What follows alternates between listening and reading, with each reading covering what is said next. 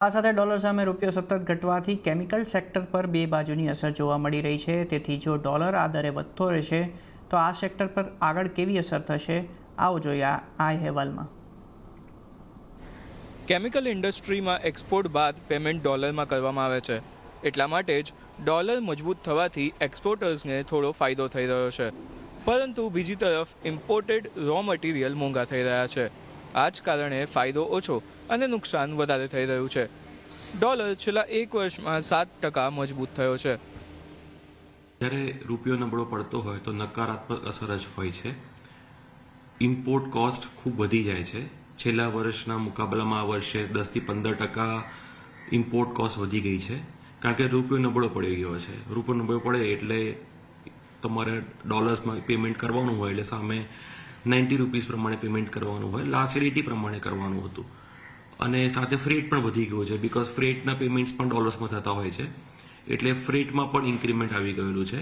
સામે એક્સપોર્ટની વેલ્યુ ખૂબ જ ડાઉન થઈ ગઈ છે, બીકોઝ વેલ્યુ ઇન્ડિયન રૂપીઝની બહુ જ અત્યારે ઘટી ગઈ છે, ડીવેલ્યુ થતી જઈ રહી છે। એ બહુ જ નકારાત્મક વસ્તુ છે। કેમિકલ મેન્યુફેક્ચરિંગમાં ઉપયોગી થનારા મહત્વના રો મટીરિયલ અને અન્ય ઇન્ટરમીડિયેટ્સ ચીન, કોરિયા અને જર્મનીથી આવે છે અને તેની ચૂકવણી ડોલરમાં થાય છે।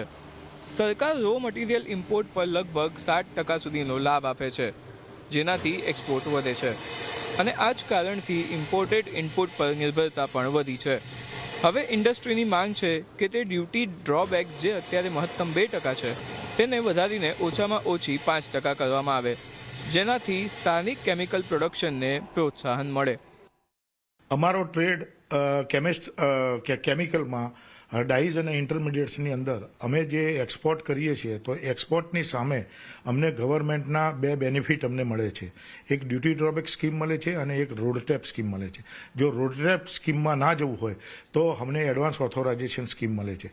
અમારી ઘણા સમયથી સરકારની સામે અમારી માગણી એ રહેલી છે કે ભાઈ ડ્યુટી ડ્રોબેક રેટ અમને પોઈન્ટ જે 5% છે, 5%થી 2% અમને જે મળે છે એનો સ્ટેટ ફોરવર્ડ 5%થી વધારે જો અમને ડ્યુટી ડ્રોબેક મળશે તો અમારી ટ્રેડનું એક્સપોર્ટ વોલ્યુમ વધશે અને દરેક એક્સપોર્ટરને ફાયદો થશે।